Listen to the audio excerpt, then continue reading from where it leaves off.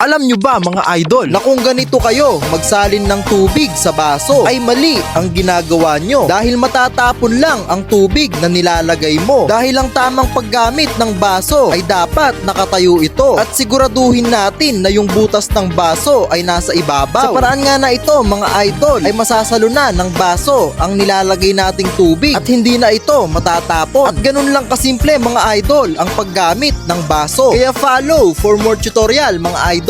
Alam mo ba yung bahay ng lolo ko? Sobrang laki. Oh, gano'ng kalaki? Pumasok ako doon umaga pa lang. Nakalabas ako doon gabi na. Ganun kalaki yung bahay ng lolo ko. Sus! Nagkandaligaw-ligaw pa ako doon Gumamit pa ako ng mapa para lang makalabas.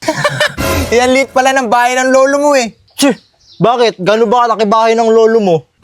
Yung bahay ng lolo ko sobrang laki. Pumasok siya 2015. Hanggang ngayon di pa rin siya nakakalabas. Weh, yung lolo mo 2015 pumasok sa bahay. 2026 na kayo, hindi pa nakakalabas. Oo! Saan ba nakatira yung lolo mo? Sa Bilibid. Anong pipiliin mo? Diploma o diskarte? Aba, syempre diskarte. Anuin ko naman yung diploma. Sige ito Sabihin mo ng 10 beses yung 3. 10 beses. 3. O ano naman yung English ng 3? English ng 3. Di 3. Ba? O ito. Ano naman yung spell ng puno? Di TREE. Ano spell ng puno?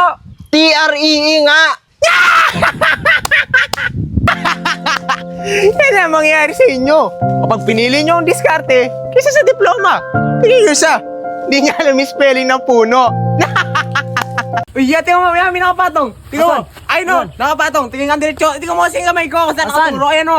Nakapatong yan, no. Wala naman nakapatong. Tingnan mo kasi. Tingnan mo. Oh, diretso. Oh, yan. Nakapatong. Ayan, no. Asan nakapatong? Nakapatong. Nakapatong. Tingnan mo yung tao. Tingnan mo yung tao. Saan? Nagabang ng taxi. Tao, nagabang ng taxi. Ayan. Wala Hanapin mo. naman Asan? Hanapin mo. Wala naman. Paano nagabang ng taxi? Wala. Saka makitang ganun. Hanapin mo. Yung tao Wala, nagabang wala. ng taxi. Tignan mo Wala kasi. nga tingnan mo. Wala naman, oh. Asan? Oh. Wala na. Nakasakay na. Ang tagal mo Ito ang pinagkaiba ng gwapo at pangit.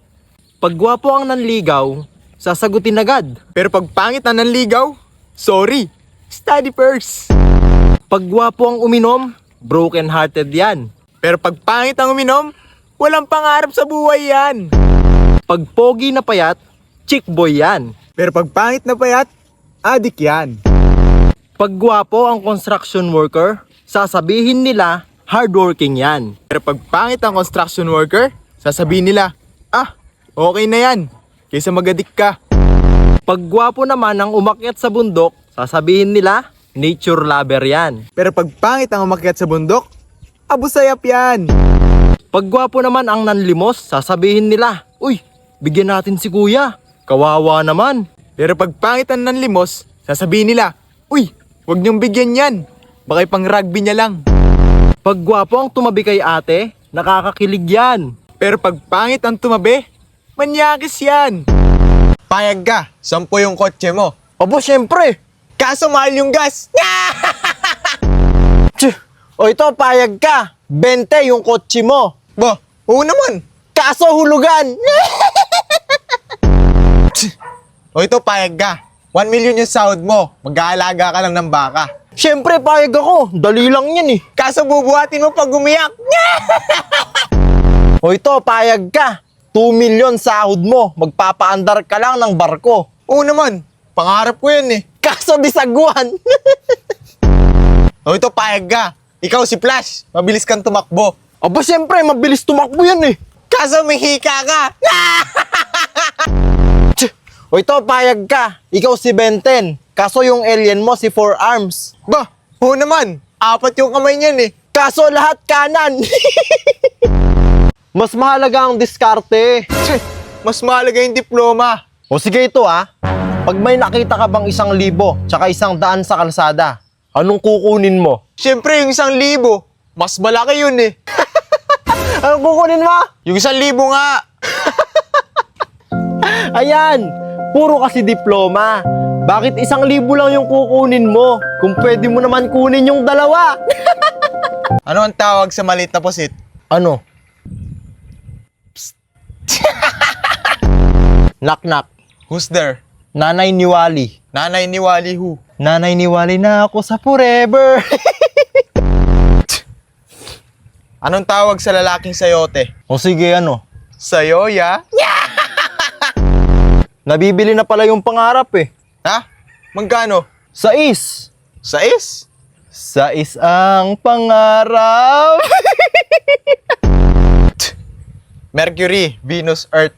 Anong katabi ng Mercury? Eh di Venus. Pure gold.